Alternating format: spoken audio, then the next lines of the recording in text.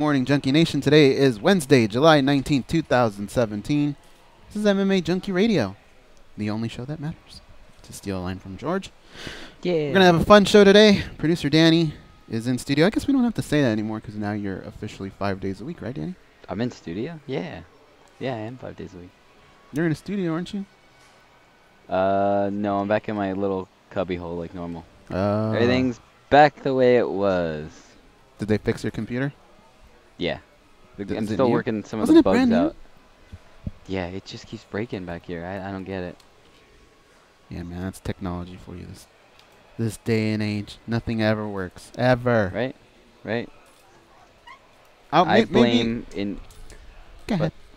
I was going to say, I blame intern Jason for any and all He does. computer-related difficulties I have. Today we're going to talk to the following names. Ryan Stoddard, promoter for Victory Fighting Championships. Victory Fighting 58 is upon us, taking place on Saturday. So we'll talk to him about the upcoming card. He'll tell us who to look out for. There's some familiar names there, some names that we recognize. But the promoter always knows, hey, look, this guy's on the cusp of a world title shot.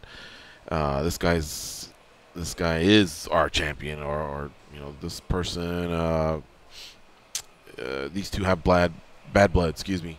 So they always add in, a lot of the particulars and details that we don't know.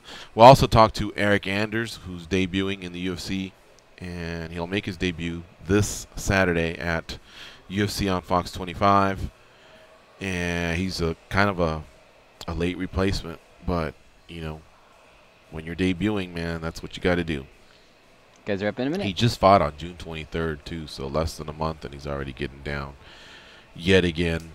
7-0 overall, and again, he fights on Saturday's fight card, Big Fox card in Long Island, headlined by Chris Weidman and Kelvin Gastelum. We're also going to talk to Tyler King, who's flying overseas to fight in the Ryzen show that has the Bantamweight Grand Prix. Now, he's not a Bantamweight. Hell no, he's a big kid. He's a heavyweight. He'll be fighting Amir Ali Akbari on that fight card. And Tyler King is 12-5. Amir Ali Akbari 6-1. These guys have been chirping for months, for at least a month, on social media. So someone's going to have to eat some crow after this one. And we might have another guest or two. It all depends on how the show goes. Kurt Holobaugh from yesterday will be on today's show as well. So here we go. Show's about to start. Stand by.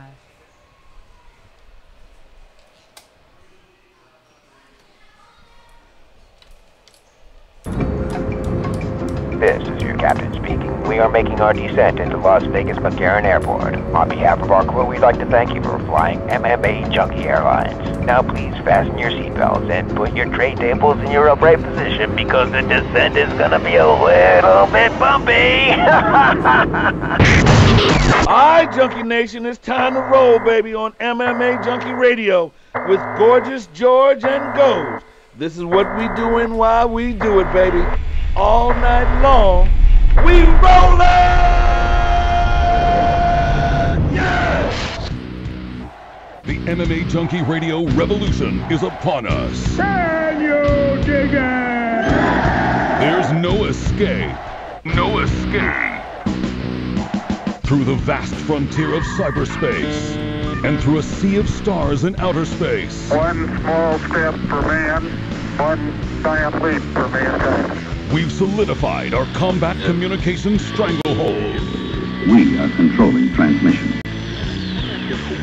With the use of MMAjunkie Radio and SiriusXM satellite radio technology. MMAjunkie Radio. Commence transmission.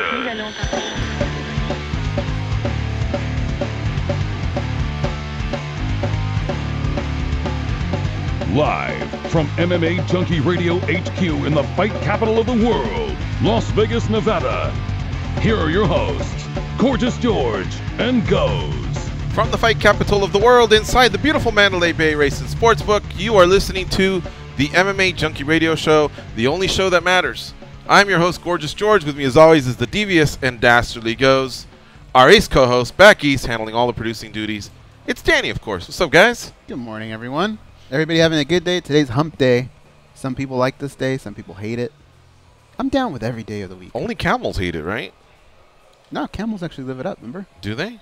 Yeah, it's the only day where they go, I "What's thought up? that's It's the all day about that me." everybody's going, "Wait, hey, camel, what's up? It's hump day," and they're like tired of the joke and it's played But out. I think it's like a guy that throws a party and everybody comes up to him and goes, "Man, this is a guy right here. He's awesome. That's how I would take it if I was a camel. I think that's how a camel's like, "That's what's up, man. Today's my day."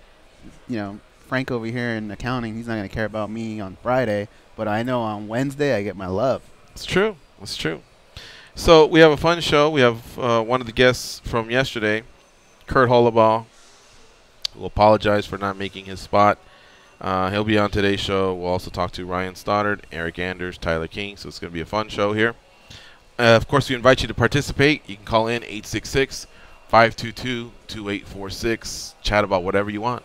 Mixed martial arts, or of course Mayweather McGregor. Even though we've kind of tried to stay away from that. Last week was epic.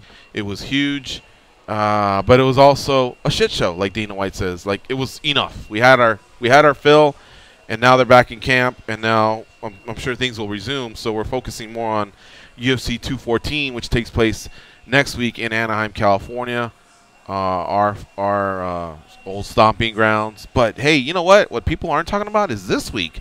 There's UFC on Fox 25 in Long Island, so that's a big Fox show. And that means 8 fights on Big Fox with Weidman and Gastelum at the top of the bill. So that's a good one. I don't mind chatting about that one either. You know, when you think about what Chris Weidman has to go through here, this is kind of like his gut check moment, right? He's got to make something happen here. He's got to turn the ship around. Kelvin Gastelum, if he racks up this win, man, that's a dude that a lot of people had kind of opened the door on, closed the door on, opened the door on with his weight struggles. I like Kelvin, man. This is going to be a tough fight. Are you going to tip your hat who you picked in staff picks? I actually went with Kelvin. I went with Weidman. Really? And I always go against Kelvin. I know. You know, I just keep thinking this is a guy that you've all been to Vegas or Atlantic City or some part of the world where you go and have a good time. And you got about $1,000 in your pocket. Maybe some of you have more. You're ballers. I'll give it up. And but somehow you got an extra $100. You haven't even checked in yet, and you go, "Hey, I'm gonna put $100 down on black." They spin the wheel. Black lands. $200. I'm gonna go one more time. Your friends are telling you, "No, let's check in. Let's go to the pool, or let's go, hang out, or grab a bite to eat, or a drink, or something." No, let me just do this one. Boom, you hit, and you go, "Hey, I dare you. Somebody dare me to do it a third time." "Nah, come on, let's go. You're already up. You do it. Next thing you know, you have $800 in your pocket. What are you doing? The rest of the weekend, you're playing with house money. That's what Gastelum's doing. He knows he's a welterweight. He's going to return there. He's clearly said middleweights are big cats, and Weidman is one of the bigger ones. 6'2", walk around of over 200. Be a decent light heavyweight. Right. And I know that in the last year, guys fighting at their weight are doing good. Robert Whittaker's an example. Kelvin Gastelum's an example. But I believe Gastelum will eventually return to 70. It's his own poor eating habits. It's not like he's saying, "Oh my God, my body just won't do it." He's admitting it. He's admitting it. It's my poor eating habits, and he's barely missing. But in the meantime, he's having a blast, and he's beating big name contenders, and that's why he's headlining. And he can eat whatever he wants. So that's a dangerous fighter that doesn't have to worry about anything. I think he still has the 170 card to play, but for now, he's a dangerous guy. He's the favorite going in here. But Weidman is a former champ, great wrestler and grappler, solid striker, big guy, and at home. Prior to Romero landing in that knee, it's not like Weidman didn't have his moments. So he's not just getting whitewashed out there. He's doing well.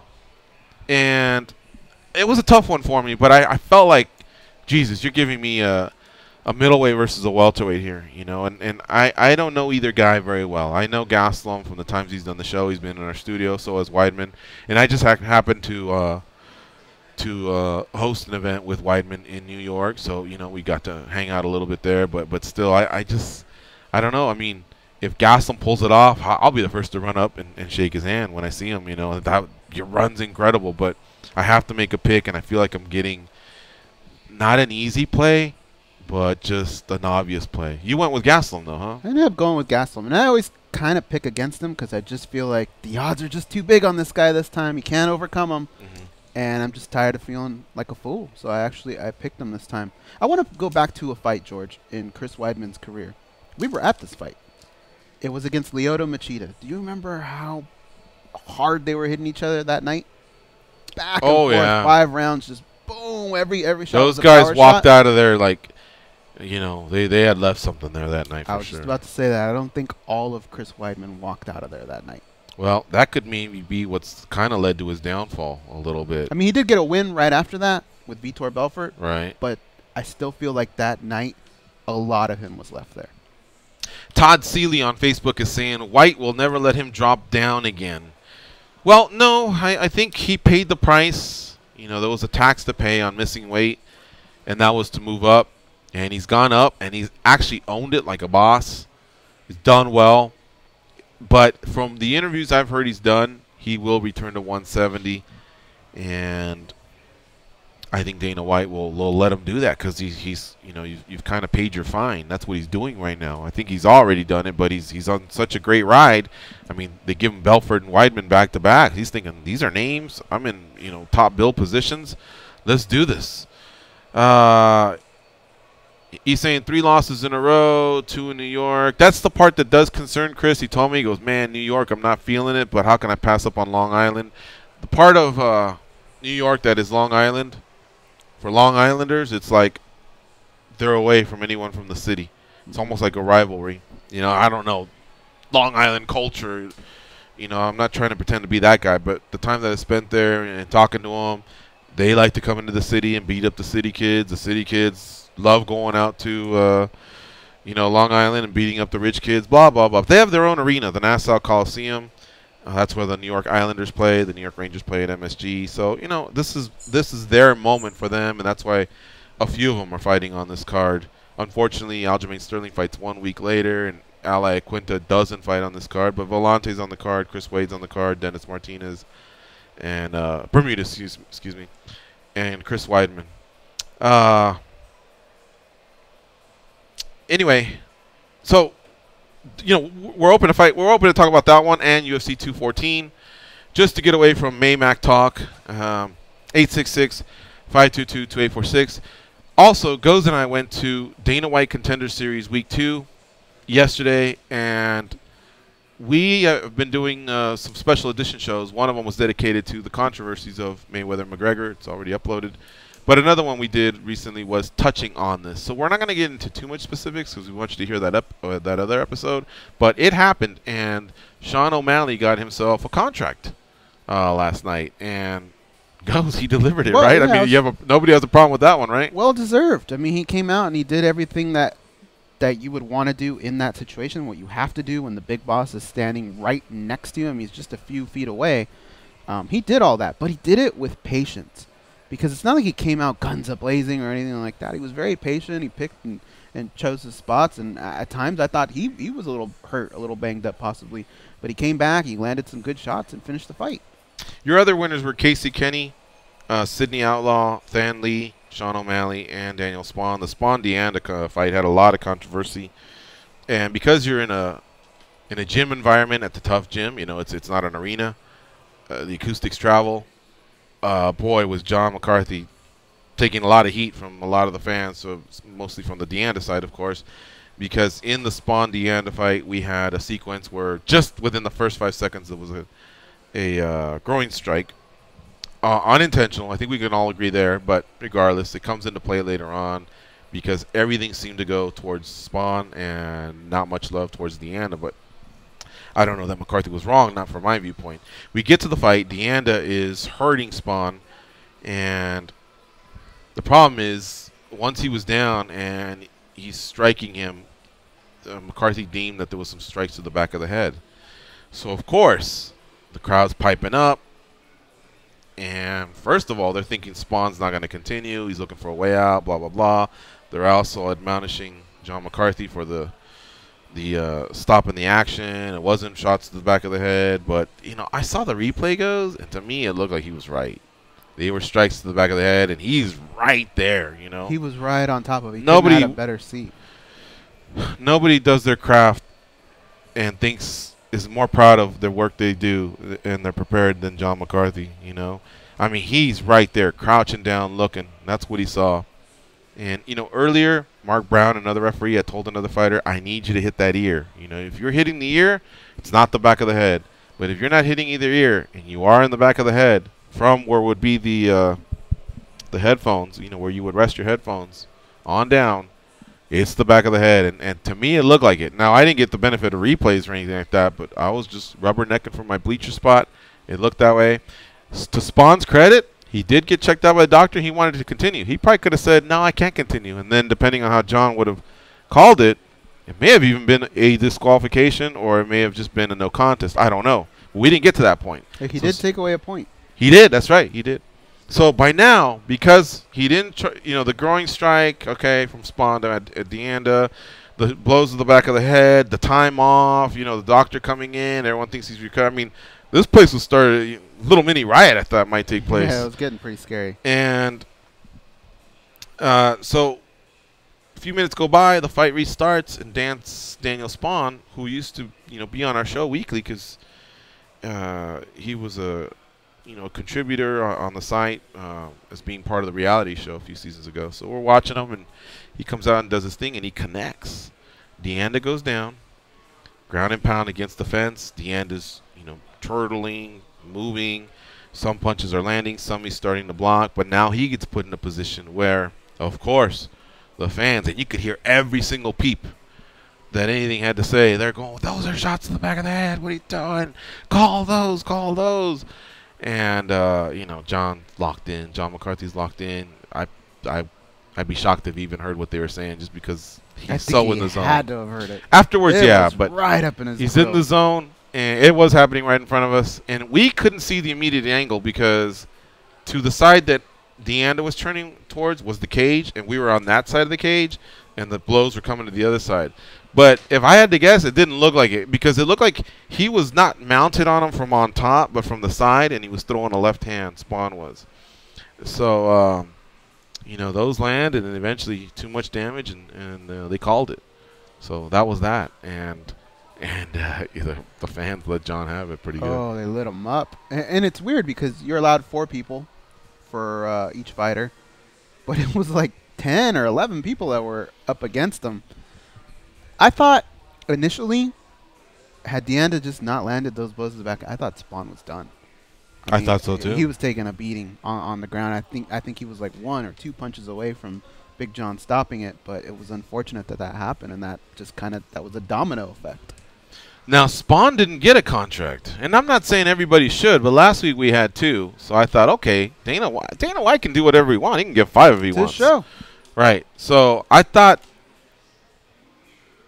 for Spawn to continue, I mean, that was their little mini main event, we'll call it. It's 5 fights, but I guess we'll call it the main event. It was the last one. For 1, he's been on the season. 2, they went out there and did what Dana likes, and that's press action, you know, fight. He also could have looked for a way out, and he didn't. He continued to fight, and then he came back and got the stoppage. I mean, oh, I'm sorry, he submitted him. That's right, he submitted him in the end. But there was a sequence where he was punching him from the side, and some Deanda fans thought it was back of the head. But anyway, he got the finish. So I was wondering why him and Tan Lee also didn't get one, or what made Sean O'Malley stand out. Because Tan Lee was pretty vicious, too, in his win. I think it was the look. The look had something to do with it. I didn't get a chance to hear it, but I heard his post-fight was pretty good. Sean Lee? Yeah. Or Sean O'Malley? O'Malley. And just the patience. I mean, he really just looked like a guy that knew what he was doing there.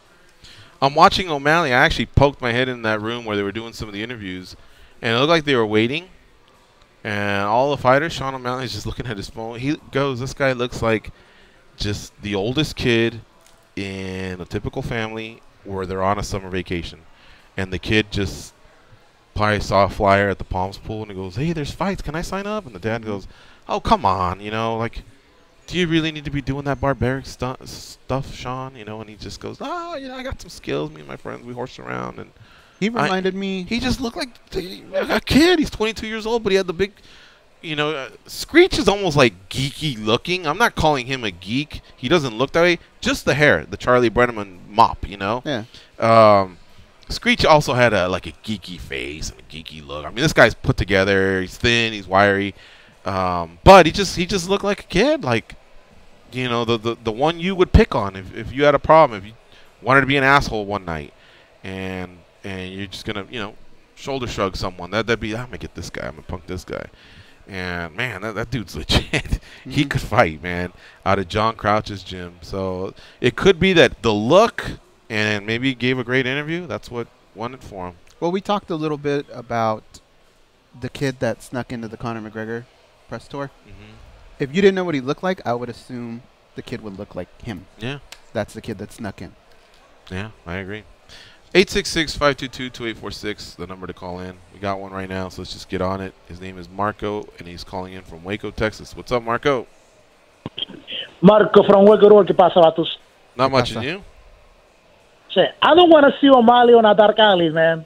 I was watching the Snoop cast yesterday, laughing my ass off. They were high, they were drunk, but actually, Uriah Faber was calling the Snoop Mr. Snoop because he was calling some moods before they happen.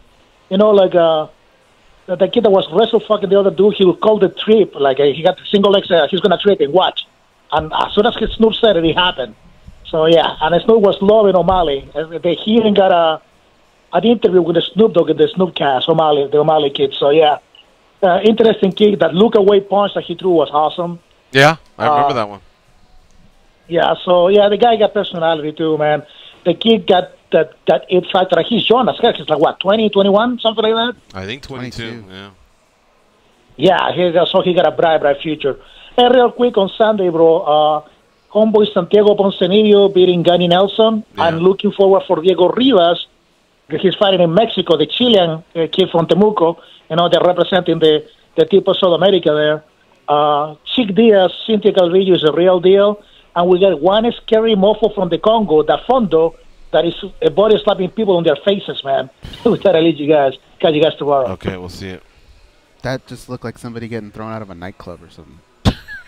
Onto the sidewalk? Yeah. In front of the taco truck? It kind of did, yeah. Yes, we came in on Monday and we started off with Mayweather McGregor. We've had a lot of gas. I guess we didn't really put the Glasgow fight card to bed. We saw Paul Felder yesterday commenting, and they go in the back. We don't get to hear them other than their opener. And Paul looked ready. I thought he delivered pretty good. You know, pretty good analysis for what was upcoming. But after that, we didn't see him. I'm wondering if you all have a comment towards him and a review, I guess, of his work, and maybe Eve going back to last week. But we've seen Eve on Fox, so I kind of had an idea that he's not definitely going to suck for sure. Solid. But Felder, you know, he defeated Stevie Ray, and then, of course, Joanne Calderwood and Cynthia Calvillo. So it's all up for grabs, man. Whatever you guys want to talk about, we'll do it. But to come in every Wednesday and be able to talk about Dana White Contender Series, could Dana White Contender Series almost edge out the reality show in a way? Ooh. Nah, no, because I mean, shit's going down at the gym, dude. Great fights and the drama, and especially if we're there and we're coming here to talk about it, compared to like Thursday morning, it's like, all right, you know, no offense to Jason from Vancouver, the Couve, or just us and the way we recap. It's like, you know, it's a show that's 25, 26 seasons in, and unless someone got their neck, you know, grabbed or something, I mean, we're getting to the fight, we're talking about it, but it's like that's a process where it is reality, but it happened 6 months ago or 3 months ago, and then we got to get to a finale, and only one guy's going to win, and then even then what happens? This just seems so raw. It happened last night. We're talking about it today. I think there's a big – it's weird because it gives you the same feeling, but it's so different because one of the tough show is kind of like a soap opera, right? It builds to the next week, and now you know, okay, this happened, so this is going to happen next week. In this, it's just like you start over again. Now you got 5 new fights, 5 new guys, 5 new stories. They're so different, but they're also so similar in the way they make us feel. Well, you don't have to convince me, but the ratings keep going down. I'm in every Wednesday to watch it, but the ratings keep coming down, so I don't know if it's just played out or what it is. This season has Eddie Alvarez and Justin Gaethje. Are they really going to get into it? Kevin Lee was rumored to be on it. He would have got into it with regardless whoever. Yeah. He knows how to stoke a fire. It could have been us on the other side. He would have got into it with us. He would have. But I don't know that those two get into it. I don't know that I want to see them get into it. If it's not organic, then you know, you have to be really skilled at somewhat faking it a little bit and getting us interested. In fact, those two guys are such beasts. I just know the fight's going to be great. There doesn't have to be any heat really rolling into December when they figure it out. You know, sort that out. But anyway, I'm thinking about this and I'm going. Last Tuesday was great. Today's great. I mean, those same fighters that we saw. I don't know specifically, but they represent other fighters that I run into. And if you run into other fighters and go, did you watch the reality show? Now, I don't know if they're just playing cool or they go, nah, man, I haven't seen it in years. I think it's half and half. I think so, too. But here, we know they saw it because we saw them there. And teammates are involved and a contract's at stake. And I don't know, they may be onto something here, man. And I don't know if it might replace the show or not, but I'm telling you, like, I feel like there was a buzz. And this was, I wasn't really checking my Twitter or anything like that. I did on Facebook, if you follow me there, facebook.com/GorgeousGeorge, I did post just a walkout, just so everybody could see how close we were. And basically, it's the same feel as when they're doing the reality show and they're going to do their fights there. They walk out, and they got, you know, a little bit more of a crowd going. You know, the lines are drawn between blue corner and red corner. They come out, and they get their prep point stuff, Vaseline, check the nails, everything, and then boom, they're in there. And these are with the top name referees, the commission, the judges, the same people. It's just a more intimate setting. You can hear the instructions from the corners. You can hear the fans yelling. The referee probably can be heard, and you know, if he's warning the fighters or anything like that. I'm sure they pan over to the president. He's sitting there right there with the matchmakers. I like it, man. To me, it's an A+. I don't see anything wrong with it. It's a lot different, though, to be able to just pick up your remote control and put it on your TV, right? Even with DVR, like if you're not going to be there that night, you know, oh, well, at least they'll capture it there versus having to fire up Fight Pass and all that.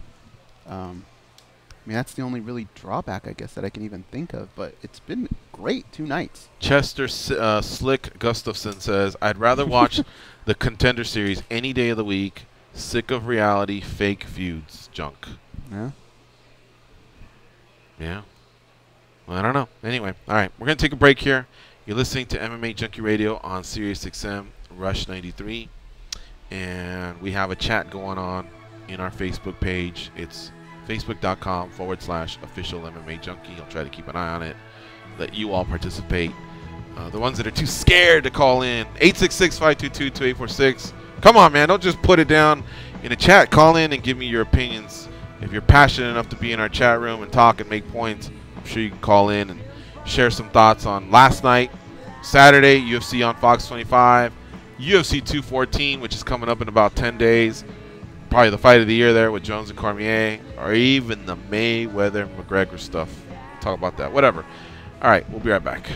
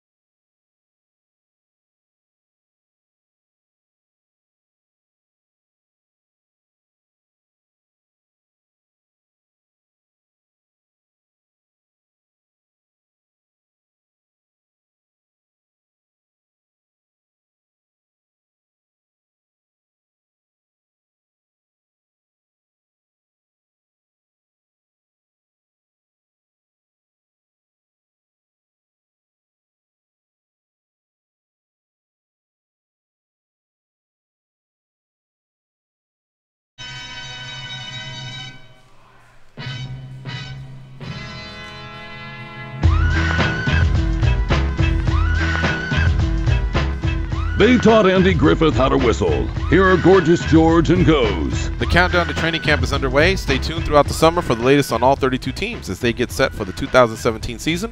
The only place to hear 24/7 coverage of the National Football League is SiriusXM NFL Radio, Channel 88, and on the SiriusXM app. We're going to try and move things up a little bit and see if we can get our guest in a few minutes.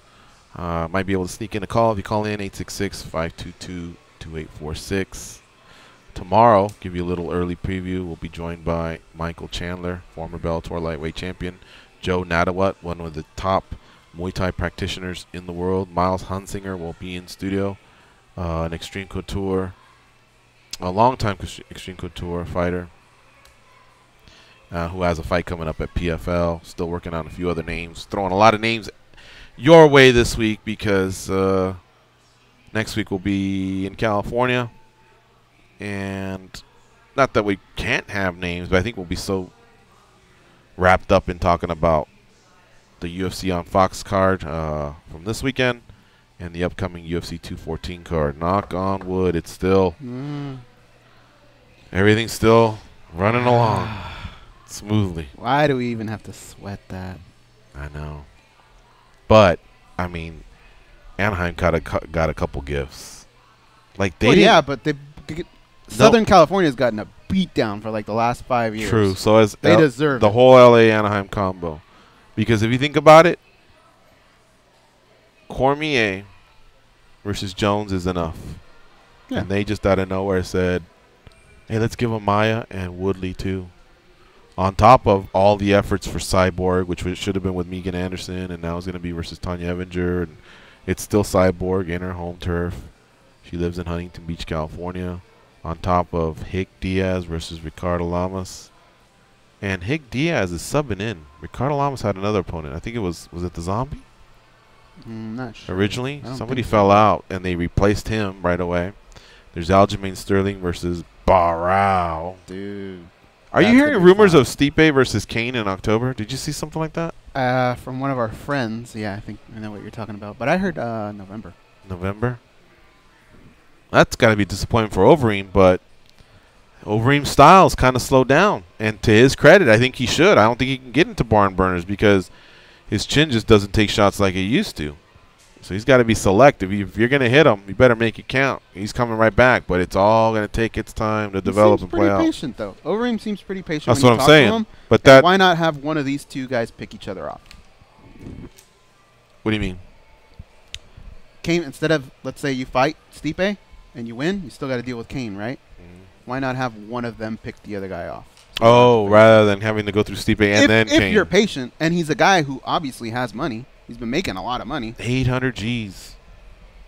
I'd say, yeah, go ahead. So did Hunt. Hunt made 850 G's or something like that just to show when they fought. I'm not sure how much Verdum made, but I don't think he makes as much as Overeem. That's a lot of money. Fuck yeah, it is. Can you look it up? Whatever Verdum made at UFC 213. When he looks over at Overeem's paid, I wonder if he says, "Wait a minute, we fought in Pride, so we both came through Pride, we both came through Strikeforce, and oh by the way, I was a UFC champ, and yeah, much respect, you were the Dream champ, you were a K1 champ, and you were a Strikeforce champ." But I was a UFC champ. Like, it don't seem to add up, does it? 275. Does it say what a win bonus would have been? No win bonus. No, it doesn't. And the other guy makes 3 times as much? Hey man, I mean, fuck, 275 is a good payday, I think. But I'll take it. It's good until you see 800. That's the problem that everybody's having with Conor McGregor is. Yeah, 1 million's a great payout.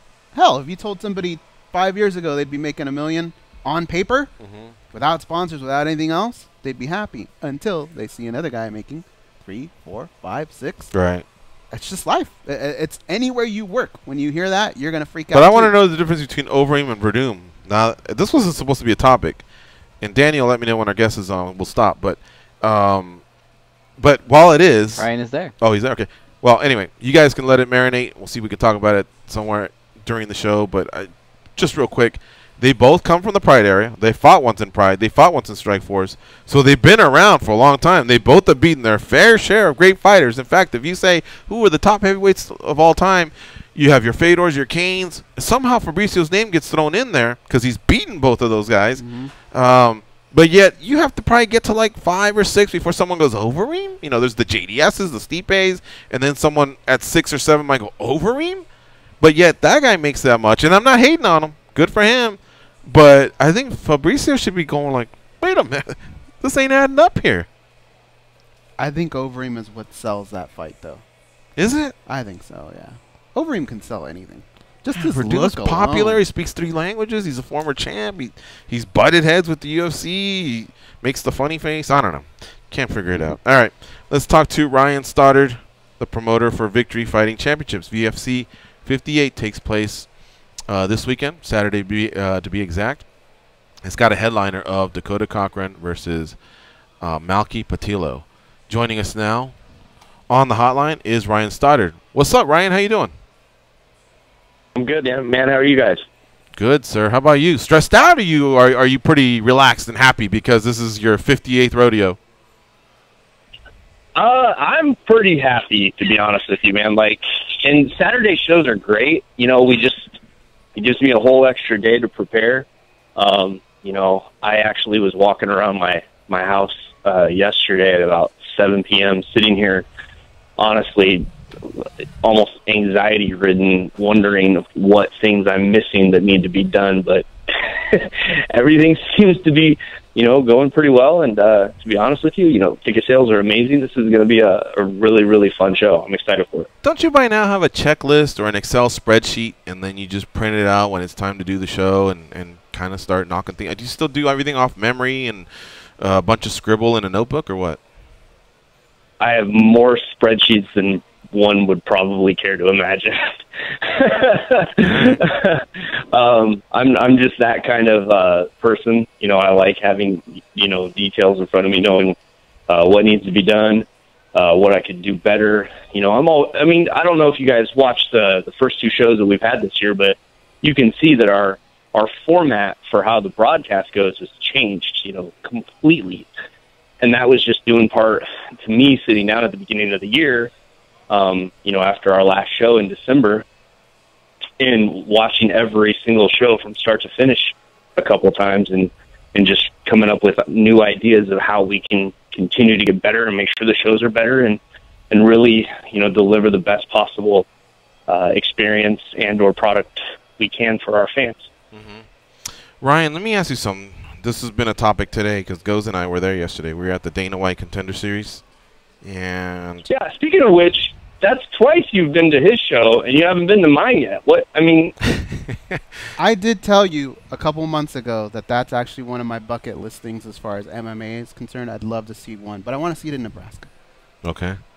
Omaha is the one to be at. So it's hands down my favorite show in terms of everything else. The atmosphere, our venue is just unbelievable here. I mean, think of it as like a little miniature T-Mobile arena. It's awesome. So that door is open, and I would love to have you guys here. It's a package deal, though. I got to go to a Nebraska game with Houston Alexander, and I got to eat corn on the cob with Jake Ellenberger. So all 3 of those things have to happen. Well, listen. I'm sure we could get all of it done. We'll get out there one day. Goz is right, and I think football season is a good time to do it. But you know, this tough gym is 15 minutes from our house. It's easy to get there, so we've been there. But what I wanted to ask you was, did a show like this shake up the regional scene a little bit? You know, are any of their fighters that you would have showcased, or is it eyeballs or time from the consumer that could possibly be tuning into your show, which we all know does well on the UFC Fight Pass, so I don't expect it to be a big threat, but just I wanted to see your thoughts.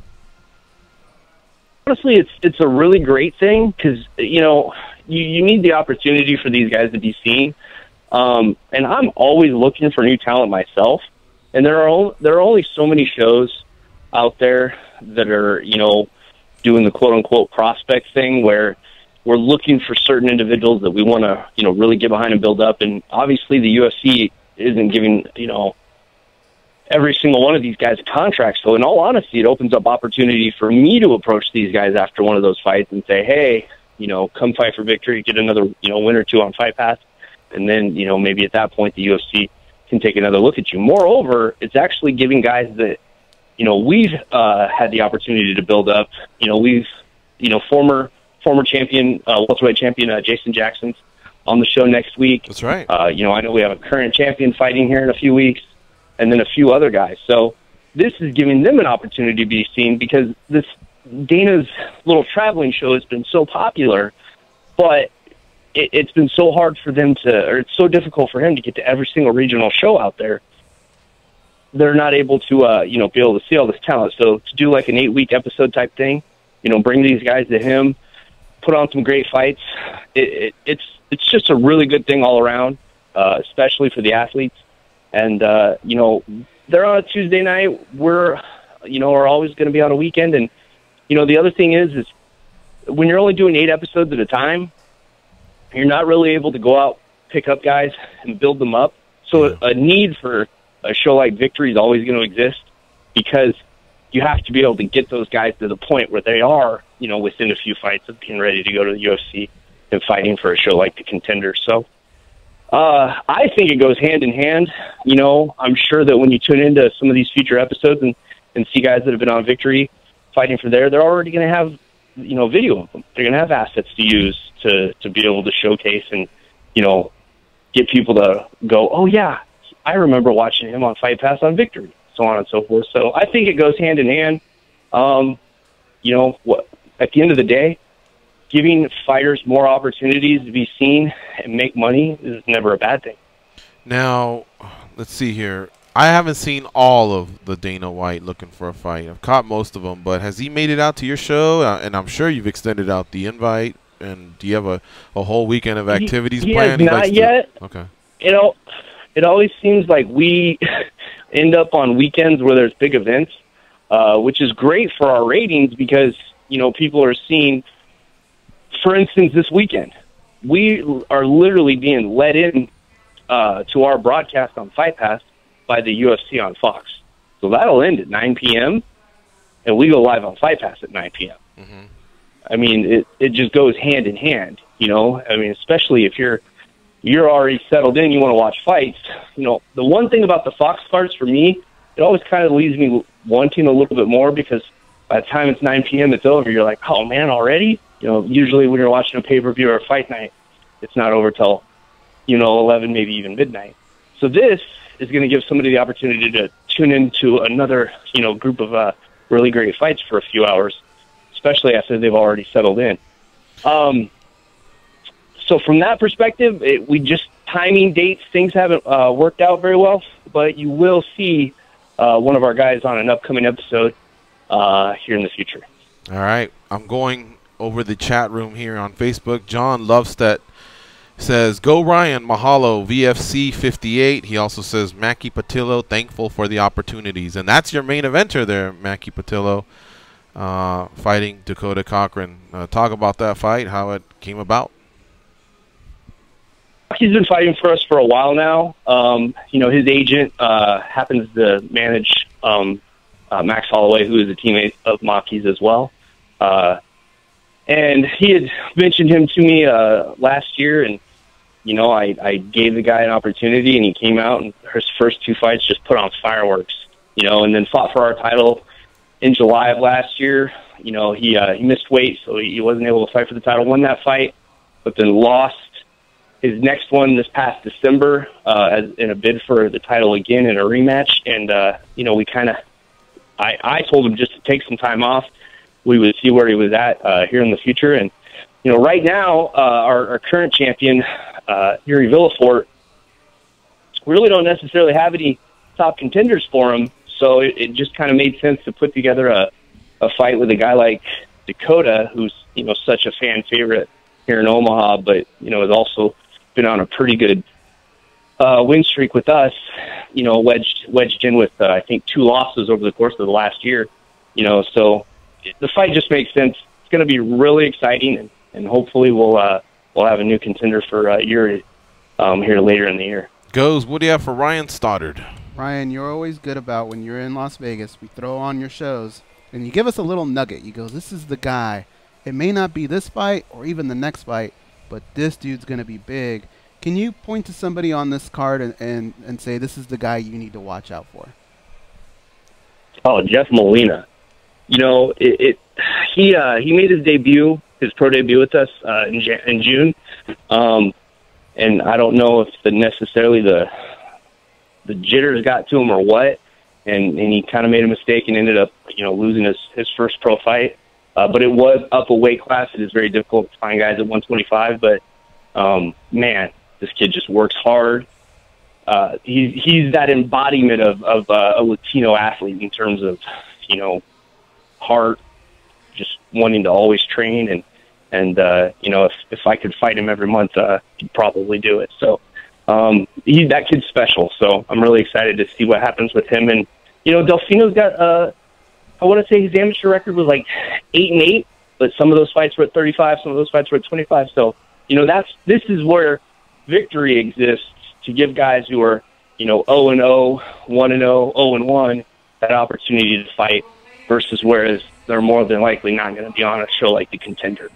You know, he could have taken the easy way out and looked towards like a 7-0 guy, an 8-0 guy, but he took the 0-1 guy, gave a great explanation. I wrote the name down, so we'll keep an eye on him. There you go. Just the other day, Aaron Pico lost his first fight, but I think everyone's pretty confident he'll be able to rebound. So I also noted Renan Barao lost his first fight, who's fighting Aljamain Sterling at UFC 214 in about a week, and then he peeled off 33 straight along with the UFC title. So you know, always good to hear this from the promoter himself about people that may have Drew stumbled Dober early. started his career out as 1-2, and you know, then went on a healthy streak, and now he's been in the UFC for a few years. Yep. You know, records are not necessarily a reflection of talent, or especially somebody's work ethic. You know, we have a lot of guys on the card for this show that are, you know, close to 500 records. But the reason I'm using them is because when they fight, they fight. It's going to be exciting. It's going to be a lot of fun to watch. You know, it's all a Matt Brown. You know, when have you ever seen Matt Brown in a boring fight? Never. You know, like, live by the sword, die by the sword. You know, his record may be 500, but the guy's been in the UFC a long time, and he's made some great money, regardless of what his record is. Ryan, we always notice your passion for the sport and your passion for victory. Does that passion ever, are you ever that guy at weigh-ins that kind of gives a speech to everyone, a la like a Burt Watson? And if so, how different are they from card to card? It's usually pretty simple. You know, I do it at the pre-fight meeting where the ref talks with all the here in Nebraska, it's really different. You know, we kind of get all the guys in one room and, you know, with their corners. The ref talks, the commissioner talks, and then I usually talk. But, you know, I just break it down for them. I say, listen, you know, you're all here because you're individuals that I, you know, want to work with or enjoy working with. You know, you have a lot of fans here. Moreover, there are a lot of people around the world watching you on Fight Pass. Make a name for yourself. I mean, this is the opportunity for you to be seen. You know, from, you know, we've done everything we can to promote the show up until this point. Now it's your turn to perform and really, you know, showcase your skill set and make some fans. And that, between that and really the atmosphere our events provide, it's unlike anything else that I've ever experienced on a smaller show. And I really believe that's why our shows have done so well on Fight Pass and why we have such a high rate of finishes. Check it out, folks. Victory Fighting Championships 58, Cochran versus Patillo on Saturday. Live from Omaha, Nebraska at the Baxter Arena. We've been talking to Ryan Stoddard, their promoter. And, again, this is a very, very popular brand on the UFC Fight Pass, and it's for a reason. The fights deliver. So check it out. You can follow Ryan on Twitter at Victory Fighting.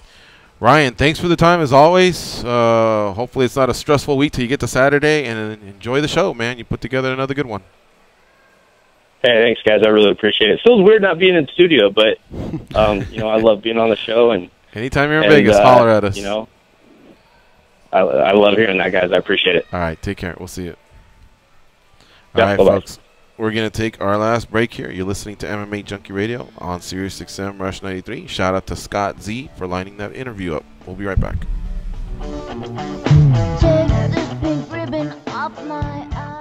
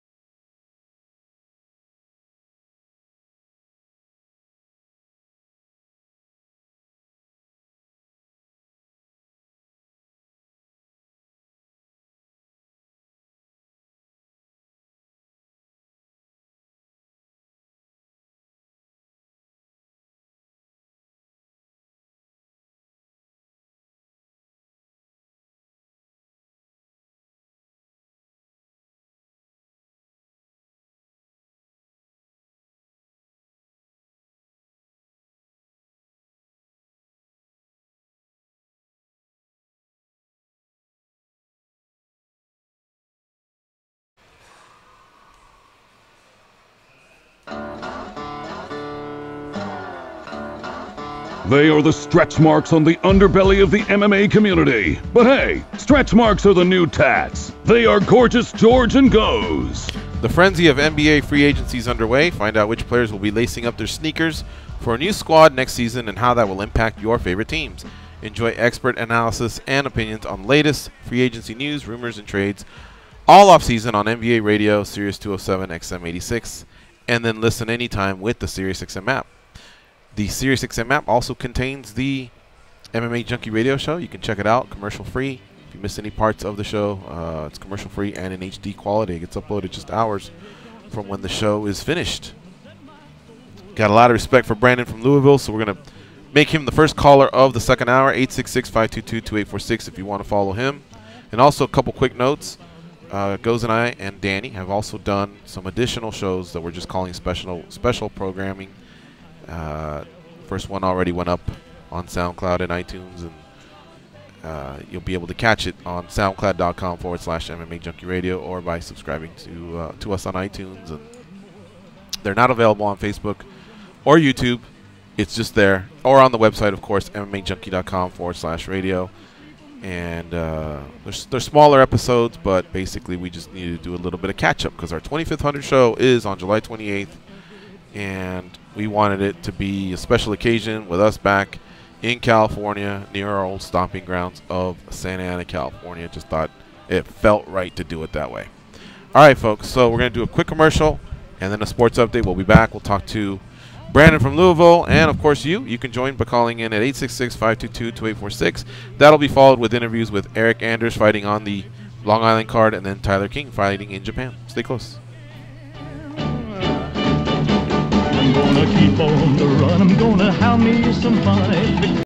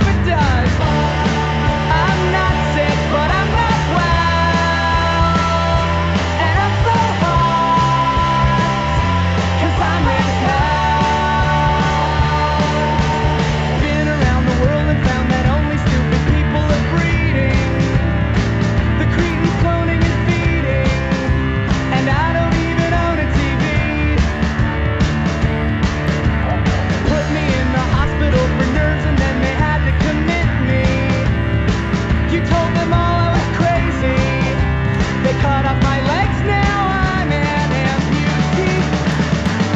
I'm not sick, but I'm not well. And I feel hard, 'cause I'm in hell. All right, let's start that second hour of the MMA Junkie Radio Show. The theme for today is 90s music. No, we're not played out over here. We just wanted to go into the 90s. That's Goes' era. Did you choose those, Goes, or did Danny? Danny's chosen them. Yeah? All right. I'm a halfer. I'm in that halfway point. Shout out to Jesse LaRose saying the VFC Bright Lights and Big Fights. Shout out to Victory Fighting Championship. Shout out to Dallas Noel Norton also listening. Ryan's got a lot of fans. He does. A lot of people like him. He's a good guy. He is. How can you not like that guy? Hard worker and honest and does a great job there. Keeps it real too, you know, with talking about Victory Fighting Championships and knowing, you know, that hey, we're not the UFC. We're not trying to be the UFC, but we'll help you get there. And many have. All right, let's talk to Brandon from Louisville. If you want to follow Brandon, it's 866-522-2846. Have some balls, first-time callers. If you've never done it, first time's the best. It's easiest. It's quick. Painless, they say. All right, Brandon from Louisville. What's up, man? So what the hell did Danny do to make your dick itch? What are you talking about? I just thought I heard something weird when y'all were going into commercial, and it kind of concerned me. No, we didn't say that. Yeah, okay. I'm calling in blind. Did you all mention the UFC's going back to Pittsburgh? We didn't. No, I haven't hit the refresh on Junkie. Is it on Junkie? I haven't seen it on Junkie yet. Ariel reported it September 16th in Pittsburgh. Mike Perry and Thiago Alves and Hector Lombard, and I didn't even catch the first name. Somebody named Smith. So could be Trevor Smith, could be Jeremy Smith. I don't know.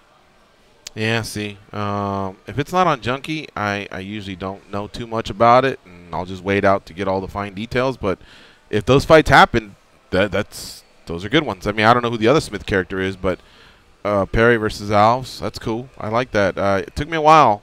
Mike Perry's a little rough around the edges, but dude's a fighter, man. That's for sure. Well, while we're on the subject of stuff I haven't seen on Junkie, but I have seen nibbles and rumors of, if anybody can take away from the shit show that is Conor McGregor, how about the return of Brock Lesnar, guys? I don't want to get too happy about that yet. The year's up, right? Yeah. So what has been being said? I mean, look, here's the bottom line: is the UFC needs superstars, right? They just lost a couple. They could gain one back with him. But I like there to be a storyline. Like I don't want it to just be a one-off. You just don't know what you're getting with the guy. Mm-hmm. Do you feel like he could be a champion? I just don't feel like he could be at this point. He felt like he wanted to continue. When he beat Mark Hunt, he sounded to me like, hey, that was fun. My skills are still there. I want to continue. Then, of course, he got the suspension. I frankly don't even remember what the suspension was. But I know Mark Hunt was pissed, and I think there was litigation and who knows what. But what happens is the following day or week, somebody else gets in some sort of a trouble or acts a fool, and it just gets put into the history archives. And now we'll have to write it in my notes here. What happened to Brock? Do we want him back? I mean, on paper, does he want to come back? I think he's a huge and polarizing name, and so I'd have to see what these depths of cheating were and what it all was about. But without remembering all that, I'm like, yeah, sure, bring him back. Whatever. It's not the opponent's like signing off and saying, let's do it, let's do it. The times I've wanted the sport to be as buttoned up as possible, it hasn't always happened that way. Then the UFC came in with USADA, and USADA to me is the best testing of any sport that I've seen, that I follow. So they satisfied that for me, and if they deemed that 1 year was good enough, whatever the hell happened, then cool. Now let's bring him back, because he's a monster. He's one of the best heavyweights out there, and yeah, that's how I feel. How about you? Talking to Brandon or me? You. I just said it. I mean, Do you want to see him fight? No, not really. Okay. You? Just because you're not sure. There's no next step to it. It's just a one-off probably. How about so? Why didn't he just one-off against Mir before they let Mir go? I don't know. That would have settled that trilogy, right? And it's not like he's relevant. Like, oh, can we give him Kane or Stipe? No, we can't. We have to give him someone else. But it's a big enough name where that maybe could have got squashed. I guess they could re-sign Mir. They let go of him, but if Brock wants to wait till, I think, February of next year or March, put me down. Is this what we always call the Conor McGregor effect? Is he looking back going, God damn, this guy's all over the place. I should have Look scooped at the up money. more money. Probably. Do you want him back, Brandon? Hell yeah, I want him back. I love watching Brock Lesnar fight. It's a fun story no matter what happens. Either he goes out there and dominates somebody and you get the monster that is Brock Lesnar. He goes out there and he loses and you get to hear everybody talk about how he was never a real fighter. Or you just get the weird hype of somebody bitching and complaining that they got to fight some guy they think's juiced up. So I'm in. Sign me up. All right. Thank you for the call. I think most people will feel like how Brandon feels. Yeah. Like he does. I mean, there's a lot of casual fans, and he brings more. I'll go back and see, and I'll Google and see what he did. Maybe during the break I can come up with an answer. But like I say, he'll still be under USADA testing. I think they learned from those cases of Jones and Brock. I remember the handling of it was so delayed, like it took 18, 21 days, and one of them was able to get in and fight versus Hunt. One of them wasn't able to get in, and that was Jones, and of course that fight was off. How old is he now? But they did pick off both guys. Excuse me? How old is he now? Brock Lesnar? I mean, just guess. 37? Let me see if I'm right. Now I want to see if I'm right. Yeah, man. I mean, I know I'm in the minority. I'm just not interested. He's 40. I'm not interested. It says whatculture.com, bjpen.com, and WrestleZone. Wow. Well, where there's smoke, there might be fire. Huh. Crazy. Can't say I'm opposed, though. I really enjoyed watching a couple of those heavyweights fight in Glasgow, Scotland. And a lot of the European cards feature fighters that you're just like, oh, that's right, you know, and they're on their second or third, and they start cycling in. But I think Eastern Europe, also Europe, and also the U.S. and Brazil, we're going to get lucky, man. We're going to hit a nice streak of maybe 10 solid heavyweights coming through. And hopefully they just don't all pick each other off in the process. Hopefully there's some sort of a build-up. I think as sad as it is, you know, I think boxing takes it too far. He's 30-0. Well, the first 29 all had losing record. You know what I mean? To get to that point, it's so much, so many cupcakes on the schedule. The UFC just doesn't do that. But I think the UFC could benefit from selective matchmaking. In fact, I wish I could pull the quote, but Dana White said something very interesting where I really agreed with him. Somebody just said, talk about Conor McGregor, and they brought him back to that steak they had here at the strip steak at Mandalay Bay, and that they were in his Ferrari going down the strip, and he said, wow, you know, he immediately called Lorenzo and said, if this guy can fight the way he can talk, he'll be a superstar. You've heard him say that, right? Mm-hmm. Along the way there, he said, he talked about McGregor and the ups and downs, but he said, I'm very pleased with the way we managed his rise. If you really are a smart combat sports fan or media person or whatever, you should read through those words and be able to, it's like a self-admission that seeing how bright that guy's future was, they would be silly to throw him at Lamas, Edgar, Mendez before he was ready. So they managed it and moved him around. Still gave him relevant names because Poirier's no joke, you know. Holloway's obviously no joke. He's a world champ, but he got certain guys at certain times.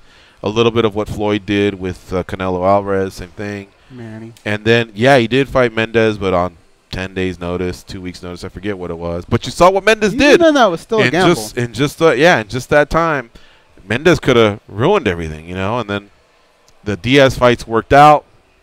he lost the first one, then he comes back and wins, and it's now everyone's forgotten. Poor Diaz is still the $2 million guy who obviously won't make as much unless he's fighting Conor McGregor. And look what Conor McGregor's going out there, holding up 2 belts, holding up a division, and now fighting Floyd Mayweather. I mean, wow, that's amazing.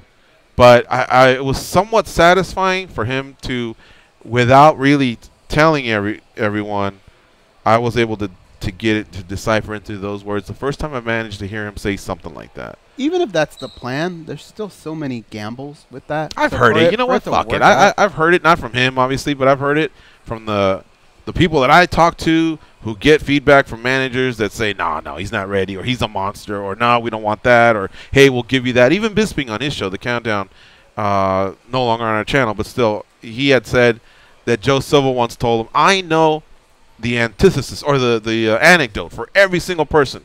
If I really want to give you a loss, I can. I know someone who can give you a loss, or a series of fighters. You know what I mean? So it's not like everyone's untouchable. It's so true. Everyone does really have a fighter out there that you know is a tough puzzle to solve, or sometimes Father Time's that guy. But how we got on this, I don't know. Anyway, you're right. Brock Lesnar. Maybe to him, he just knows, hey, I love to fucking power lift and do this shit and stay in shape and punch someone in the face, and I can tell them, give me as little as media as possible, and I'll bring in my guys and tell them not to punch me in the face, and then I'll go out there and perform for 15 minutes, and guess what? They'll hand me a $3 million check or whatever comes with that. Maybe even more, obviously, because of pay-per-view sales. So he's probably looking at it, are you in? And the UFC goes, oh, fuck, we got to go through the whole media circus, the PR hits, but the history shows that anytime he's on our card, we make $50 million more. Yeah, we're in. We'll give you a piece of the pie. We get a piece of the pie. You see what I'm saying? They just make business decisions. And then us fans, we either gobble it up or not. And us media guys, we either write about it or we don't. But it's as simple as that. We're getting our first guest, Danny? I'm calling him, not having too much luck yet, though. Okay, if you don't get him, let me know. I'll send a text and we'll run a quick commercial. But I just wanted to make sure that we were in line with that. What? Jay Banks says, shout out to Rob Cardenas. He's a good friend of ours. So, yes, I co-sign on that shout out to Rob Cardenas. What I don't understand. From Jay Banks. Love Rob Cardenas, too, by the way. What I don't understand, though, is what's the trade-off? I mean, if you're in WWE mode, you still got to train, right? Still got to lift weights, all that stuff. But you're not taking punches. It's probably not as grueling, the training. But you're traveling more. You're performing more throughout the year. Although I think he's just kind of like a heavy pay-per-view guy. He just does select shit, yeah. MMA, now you're training really rough every day, but you're sleeping in your own bed. Fuck, I mean, is the money that much different? I've heard it from Baroni, for example. Punching someone's lights out is like this ultimate high. It's like somebody going, hey, man, you ever heard of black tar? It's the best heroin out there. It's pure, man. From wherever, the poppy seeds of Mexico. I don't know, however this thing starts. Or they import it from the jungles of India, you know, wherever it starts, but it's the best. You can have the best high ever. Versus the time he's done pro wrestling, and he still gets his hand raised, and he still was able to, you know, couple fake punches and a body slam or whatever. He goes, it's nice. I love feeling the fans' love. It doesn't matter. I'm a performer. But he says there really is something to that real fight scenario and beating the shit out of someone. He goes, that's just cannot be duplicated. It could be that Brock maybe lusts for that. But I also feel like Brock is a businessman. And plus, he's starting to look and going, shit, at 40, I feel a lot worse than at 35. At 45, I'm going to feel a lot worse than 40. If I'm going to do this, I just got to get this done. I got to set up my family for its future. Because once he's off all the circuit, what's he going to do then? Signings, maybe? Hosting pay-per-view party? I don't know. I mean, there'll be opportunities there, but not any that are accompanied by, you know, 7-figure checks. But you don't really see him in the Lamborghini or anything like that, right? If anything, maybe he's got a bigger tractor. I don't know what he spends his money on, but it seems like he kind of likes to isolate himself a little bit, right? Perhaps, so, man, but, you know, stuff comes up. I don't know. All right, we got to take a break. You're listening to MMA Junkie Radio on Sirius XM, Rush 93, 0 for 1 with Eryk Anders, but we'll see if we can get him here during the break. Stay close. Okay.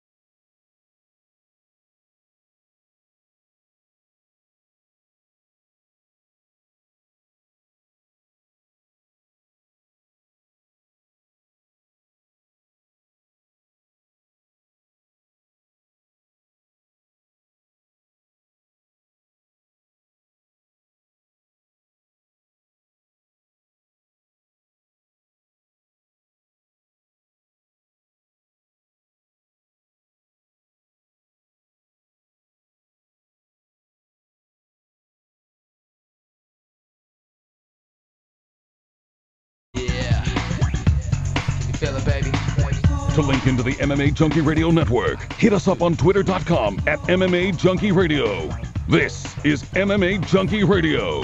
Here are your hosts, Gorgeous George and Go. SiriusXM is now on Amazon Alexa. Just enable the SiriusXM skill. Log into your account and say, Alexa, listen to SiriusXM Rush 93 on SiriusXM. For more information, visit SiriusXM.com/Amazon Alexa. And, of course, you can insert your own favorite channel like the NFL channel, 88, the NBA channel, 86, the FC channel, which is dedicated to soccer worldwide, and the U.S. team, and that's channel 85. So those are three of my favorites along with Rush 93. Joining us now on the hotline is Eryk Anders. He is getting ready to compete on Saturday at UFC on Fox 25, Weidman versus Gastelum. Remember, this is on Big Fox, so you get 8 fights all on Big Fox. Locally here in Vegas, it's Channel 5. In SoCal, where we're from, it's Channel 11. So there's no buying the pay-per-view or nothing like that. They go UFC Fight Pass with 5 fights and then 8 strong on Big Fox, starting at 6 p.m. Eastern, 3 Pacific. What's up, Eryk Anders? How you doing? Hey, I'm doing awesome. And yourself? Good, thank you. Not bad to debut and be on Big Fox. Yeah, man. You know, I'm chomping at the bit, relishing in the moment.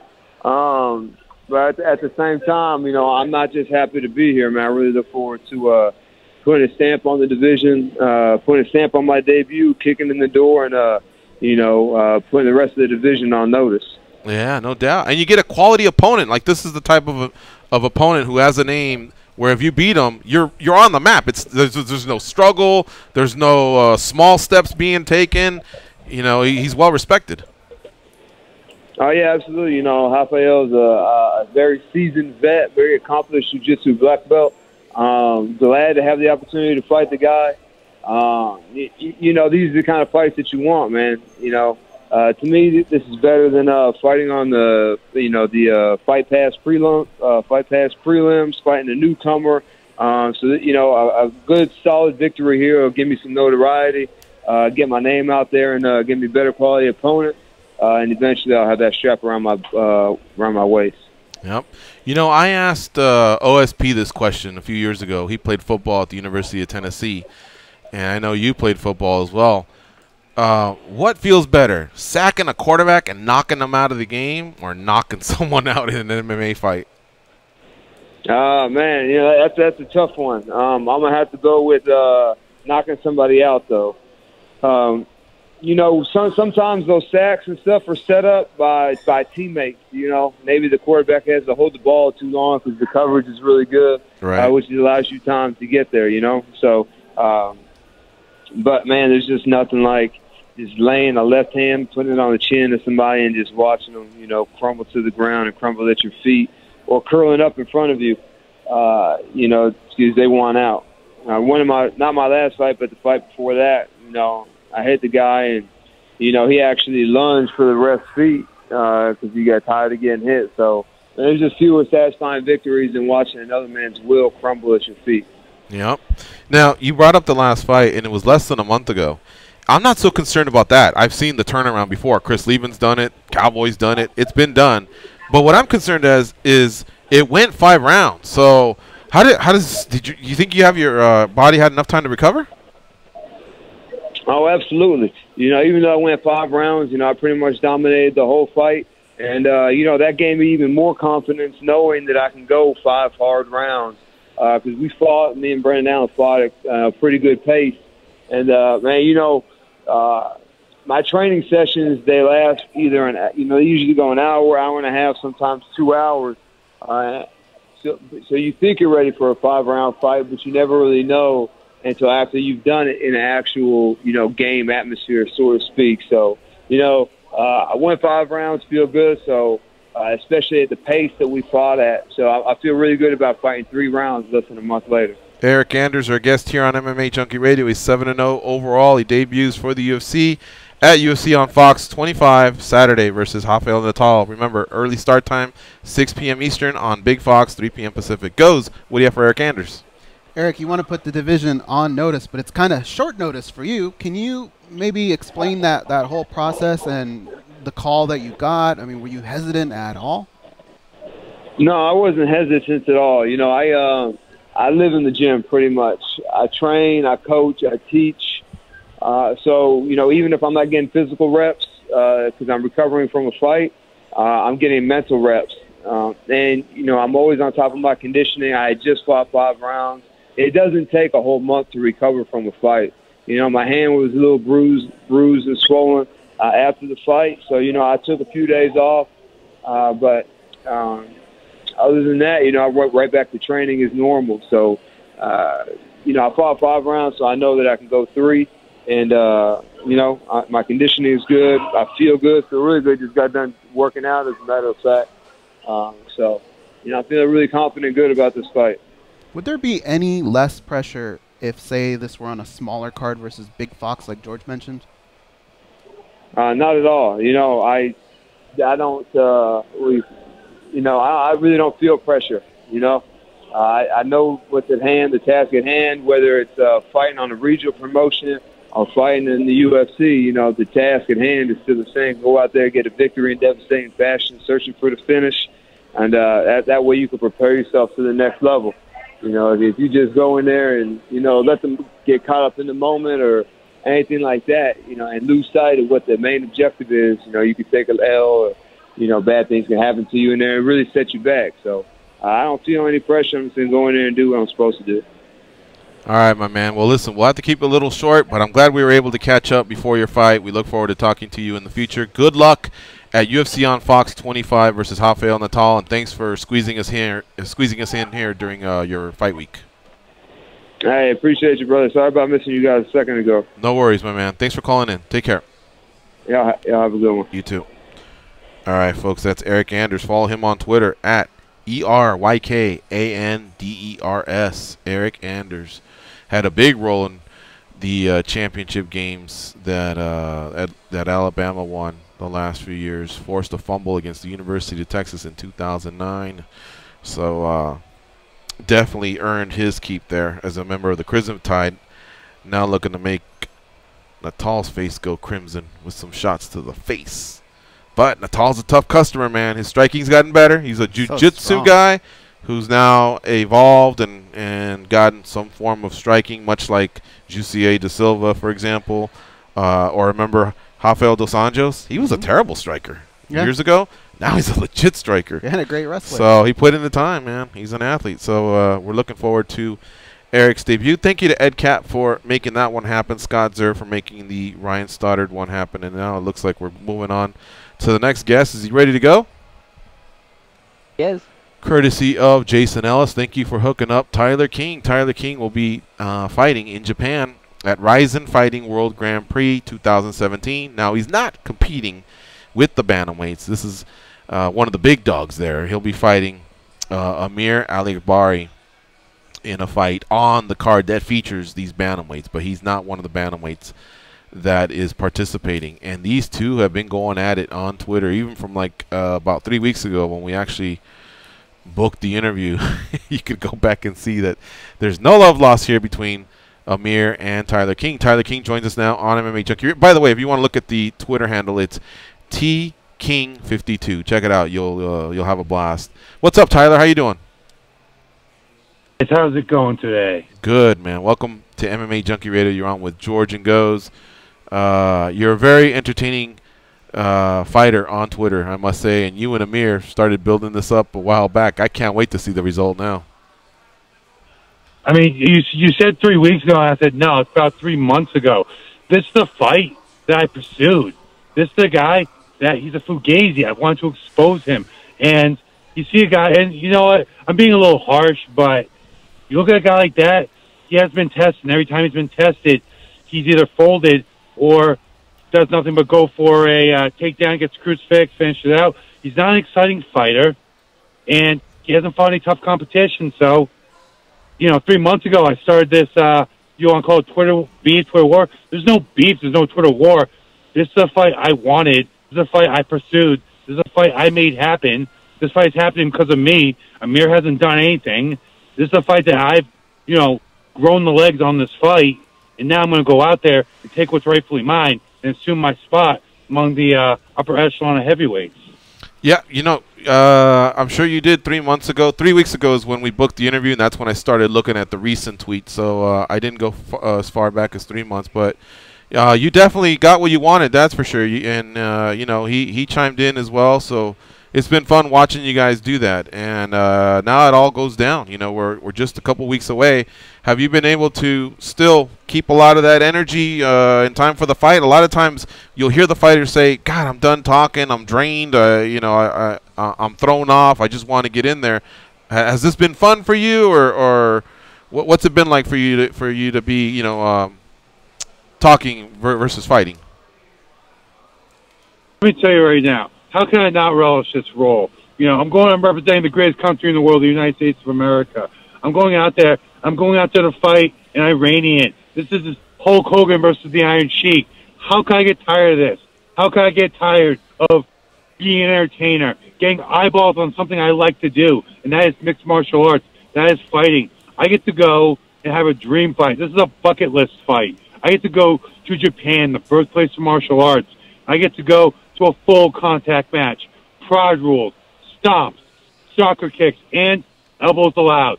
This is a real fight. This isn't a boxing match. This isn't kickboxing. This isn't even MMA with a limited form. This is a real fight, and I will go out and put on an exciting fight. And you know what? Entertaining, it's fun. This is fun. Oh, no, I have to send a couple tweets out. Make this big dumb animal look stupid on Twitter. Hell, this is fun. I have to go out and showcase my skills after.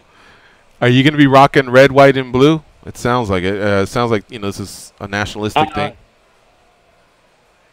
Of course, it's a nationalistic thing, but I have some. I have some. A few nice little apparel choices I'll roll out there when I get to Japan. But I'll have an American flag. And listen, I don't have to, be head to toe in red, white, and blue. If this is the 4th of July, maybe it'd be a little easier. But this is what it is. I'm going to go out and I'm going to show why me as an American, I'm going to go and expose this fugazi. He's very much like his country, doing fraudulent things, not, doing some of the less than, what's the word I'm looking for, less than chivalrous thing to certain people in his country. So I'll go and expose and show, go America all over that. Tyler King, our guest here on MMA Junkie Radio. He competes on July 30th in Saitama, Japan, in the Saitama Super Arena. A lot of history there. Of course, they got the bantamweight tournament that they have going on there, the Grand Prix, and this fight takes place in the heavyweight division. His opponent that night will be Amir Alekbari, and of course, Fight TV has you covered with the stream. We'll give you more information as we get closer to the card. All right, Goes, what do you have for Tyler? Well, when you talk about Japanese MMA, I mean, that whole thing can be a spectacle, and they really let people's personalities show. Tyler, aside from having, concentrating on your opponent in the actual fight, you kind of gave us a little taste of some of the things that you may do, but what about like walkout song, all that stuff? You're going to play out to the crowd. Can you give us a little bit more? In my entrance, we will say it will be Americanized, but like you talked about Japanese MMA. Like I said earlier, I touched on the subject. This is like a bucket list thing for me. I'm getting to go and fight in Japan, a full contact match in Saitama Super Arena. Like, how many times did Fedor fight there? How many times did Wanderlei fight there? How many times did Rampage fight there? Don Fry fought there. Like, there is so much history where I'm fighting. I'm like just thankful to be a part of it, and I will play that. I will show the Japanese fans who I am. I will give them a spectacle. I'll give them an entertaining fight. I will show my Bushido out there, and the Iranian will fold. He will crumble. He will fall. I will show why he is a fraud, why he is a fugazi.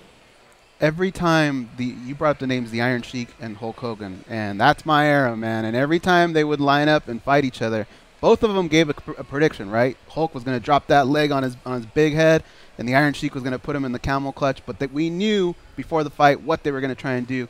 What's your prediction for this fight? This fight will be finished before the end of the second round. Mark my words. I will finish him before the second round. I may finish him in the first, but I know he's going to come out and do. I know what I will do to counter. And once he feels my fist on his face, once he feels my knees, my elbows, my blows. He'll try to bring it to his world on the ground, but except he's never fought anyone that's as good on the ground as me. Outside of Verdum, he has never fought anyone with my kind of jiu-jitsu. He just has it. I am the best heavyweight jiu-jitsu submission artist in mixed martial arts outside of Fabricio Verdum, and he will get a taste of that. He will not be comfortable anywhere. And mark my words, this fight will be stopped for in the second round. I love it. Tyler King, our guest here on MMA Junkie Radio. Tyler, when do you head to Japan to acclimate yourself with the jet lag, the time difference, all that good stuff? So I got a couple weeks off from work. I made sure I got everything lined up at work. I'm actually leaving this Saturday. I'm going to Austin, Texas. Going to a family event. My girlfriend's sister's getting married, so I'm going to go out there and do the family thing. Training camp has been wrapping up anyway, but Saturday morning I fly out of Boston, Mass, 6 a.m. I touch down in Austin, Texas at 10:13. By 10:45 or 11, I plan on being on the mats. At 10, plan in Austin. I've already made the arrangements from there. I'll change up, get myself looking all pretty, get suited up, get the slacks on, the shiny shoes, go out and hit the rehearsal dinner. From there, I have the ceremony on Sunday. Then it's just relax time.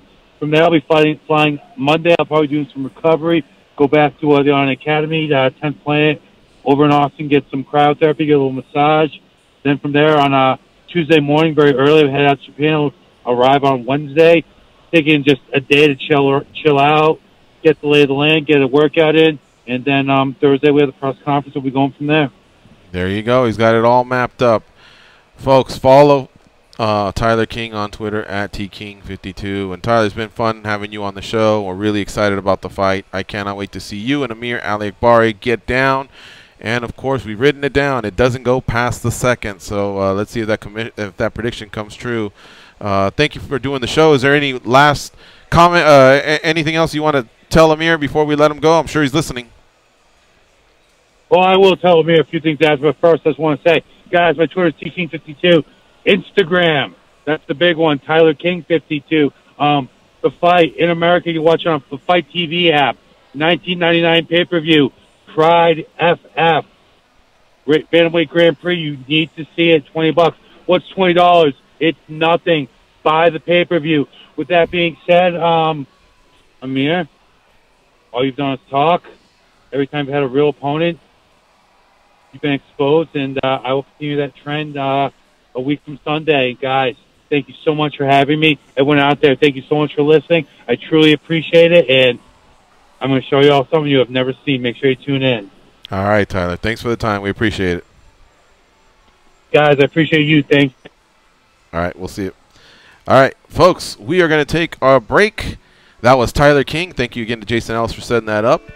And when we come back, we will be talking to Kurt Holobaugh. Maybe able to squeeze in a call or two, so if you want to get in, 866-522-2846. That'll be quick ones, so be buttoned up. Have your notes ready. Stay close. It's the MMA Junkie Radio Show.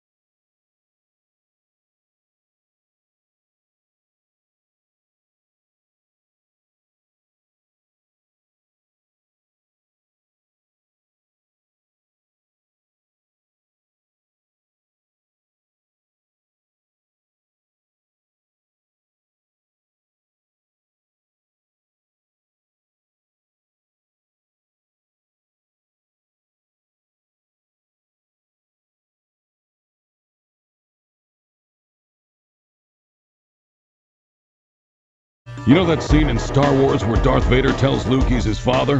What if I walked in right after with my voice and was like, I'm your Uncle Walter. Can I get a lift home? That'd be crazy, right? Anyway, here are George and Goes. That's right, Rock.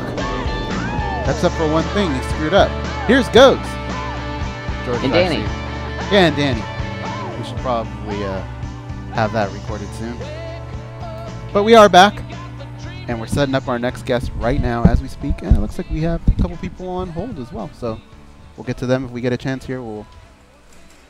Yeah, we gotta hit the rewind button because Dana White Contender Series Week 1, the winners there. Of course, you know about 5 of them. There were 5 winners, but 2 of them got contracts. We talked to one of them earlier in the week, Boston Salmon. The other one joins us now, Kurt Holobaugh. And, of course, yesterday, yet another contract was awarded. Kurt Holobaugh, though, how are you doing, my man? How's it going, man? I'm doing fantastic. Awesome. Welcome to MMA Junkie Radio. You're on with George and Goes. It only happened a week ago, but I was there in person, and I had a nice seat. That was a vicious KO over Matt Bissett. Man, you know, I put a lot of hard work into that training camp.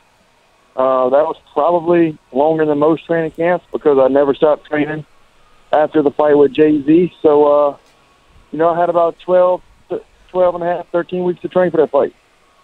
Did you like that environment? You know, there must have been 50 people there between all of the fighter friends and family and the VIPs, maybe 100 if we throw in production and all the UFC employees. You could hear everybody's cheer or boo. You could, definitely hear anything the ref had to say to you guys.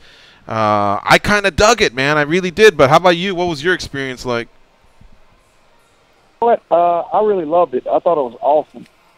And one reason is because, so many seasons of the Ultimate Fighter has passed. So I could already visualize myself kicking those doors open, walking out to the cage, as I've seen so many guys do it on the show, on TV. So that was cool. And also, I can hear my family yelling. I can hear my family screaming. So, yeah, man, it was awesome.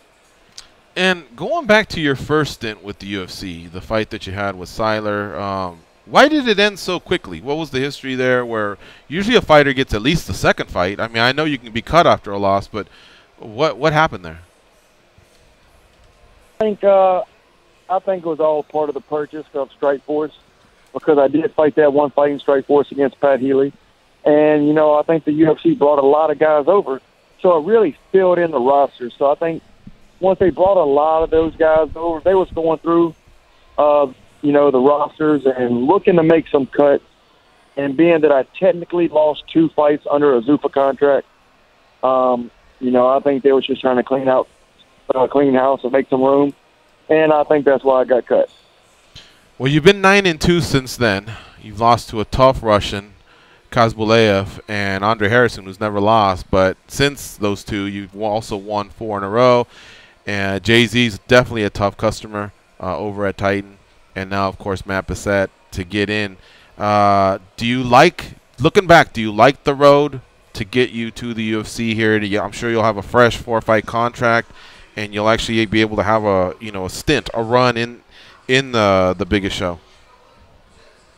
Yeah, I think this definitely prepared me for a good run into the UFC because I've got to go out, I've got to fight all around the world, I've got to experience a lot, grown as a fighter, saw some really tough, high-level guys that could easily be fighting in the UFC today.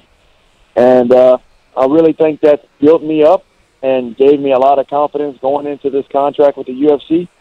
So, I really think that I can make a run for the championship.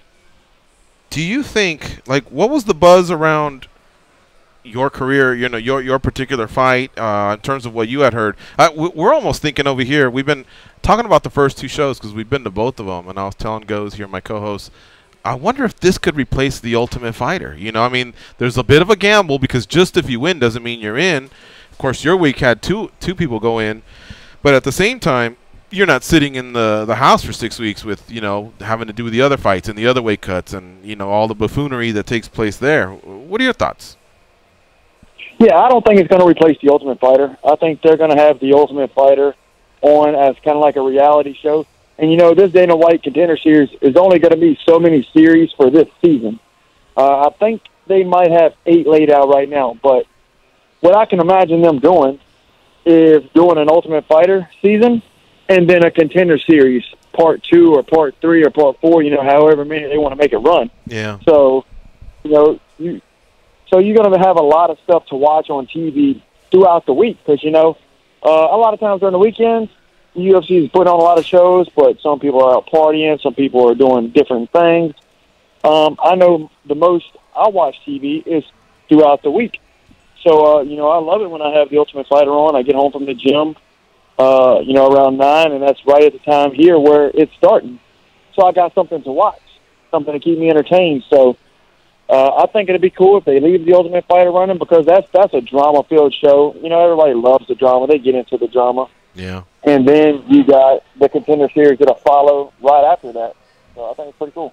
The 2 fights before you, Salmon and Enyonwu, they were great fights where the winners performed well. Did you know the pressure was on to, have to I'm sure you went in there wanting to deliver a great performance, but did you know what it was going to be like, whether they'd give out 1 contract or 2, and did those 2 results mount up the pressure before you walked out? Well, I had really no clue how the contract situation was going to work. I just knew how I fight and how I was going to fight. I wasn't going to be denied. Anybody can go back and look at any one of my fights, and I'm never going backwards. I might have a wrestler shoot me in and taking me down and put me on my back, but I'm still throwing punches, I'm still throwing submissions, and I'm still working. I'm not just laying there. So it really wasn't a doubt in my mind that I was going to go out and just put on an absolute great performance. Kurt Holobaugh, our guest here on MMA Junkie Radio, is coming off a win this past July 11th, versus Matt Bissett at Dana White Contender Series 1. All right, Goes, what do you have for Kurt Holobaugh? Kurt, from the moment you walk out through those 2 double doors to the moment the fight's over, how much does the fact that Dana White's actually sitting there watching you play in your mind? Like, do you ever lock eyes with the guy or anything even during the fight? No, I really didn't even see him or know where he was sitting.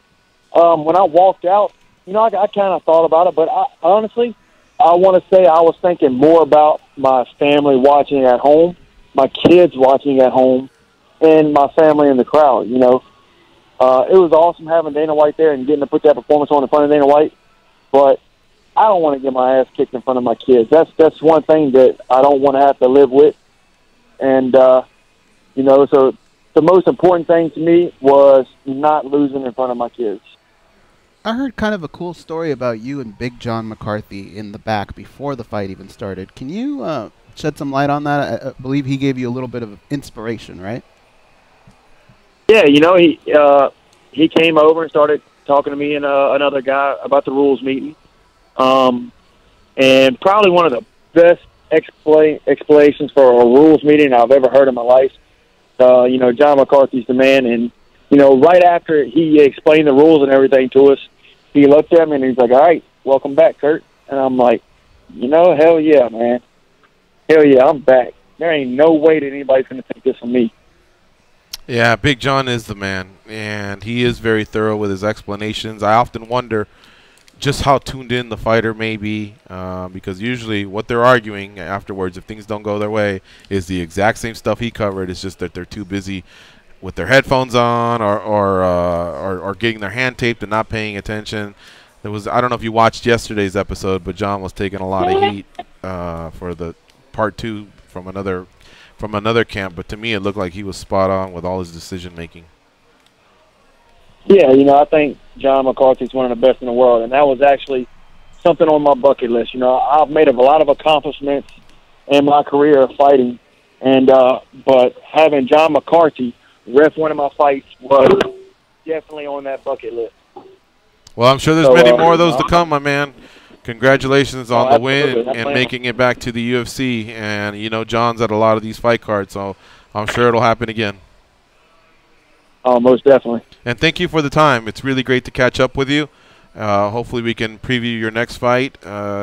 We'd love to catch up with you again. So thanks, Kurt, for making this happen. Anytime, and thanks for having me on, guys. All right. Take care. We'll see you.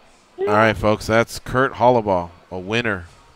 Not just a winner, but a new member of the UFC because he won and received the contract last Tuesday, July 11th, at Dana White Contender Series 1. This past Tuesday, yesterday was Dana White Contender Series 2, and Sean O'Malley got a contract there. So that's 3 they've awarded so far. And I'm telling you, I'm overjoyed with this this deal. I think he's right.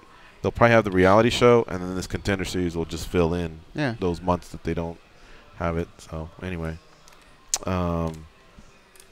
looks like Oreo wants to squeeze in here before we get out of here because the show is getting ready to wrap up. What's up, Oreo in Alberta, Canada? Oh, wow. I didn't think I'd get in. Put the bong down. Come on, let's George. talk. All right, cool. Hey, George, you used to have this thing where you would say, a little birdie told me, and you'd give off, like, some rumors or hints or some breaking news that nobody knows, and it would come true. So, how come you're not doing that no more? No one's asked. Okay, well, I got a question for you, then. Right. A little birdie told me that they want Brock Lesnar to fight for the heavyweight title. Yeah. Or John Jones. Did you hear anything about that? Well, the same birdie told me. It's the same birdie called in earlier to the show, asking about this, but I don't know too much about it. But I will say, I may have a little birdie out there that tells me stuff, but Goes has a fucking condor that tells him shit. Ask him, see if he can reveal anything. Little birdie told me that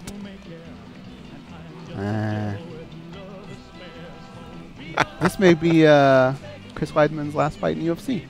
Oh, yeah? Yeah. There you go. Oh. Wow, thanks, guys. All right, Ariel. All right, Take care. Have a good one. Excellent. We'll see you. And that's win or lose, huh? He's going into this last fight with no contract? Could be. All right.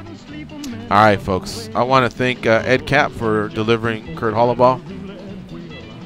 And all of our guests, Tyler King, Kurt Holobaugh, Eryk Anders, Ryan Stoddard. We really enjoyed talking to you. Tomorrow we'll be talking to Michael Chandler, Joe Nadawat, and Miles Hunsinger will join us in studio. So it should be a fun time. 1 p.m. Eastern, 10 a.m. Pacific. For now, we're out of here. You all go out there, enjoy your hump day, get your hump on. For Danny and Goes, I'm George. Be champions. Las Vegas turning day into night.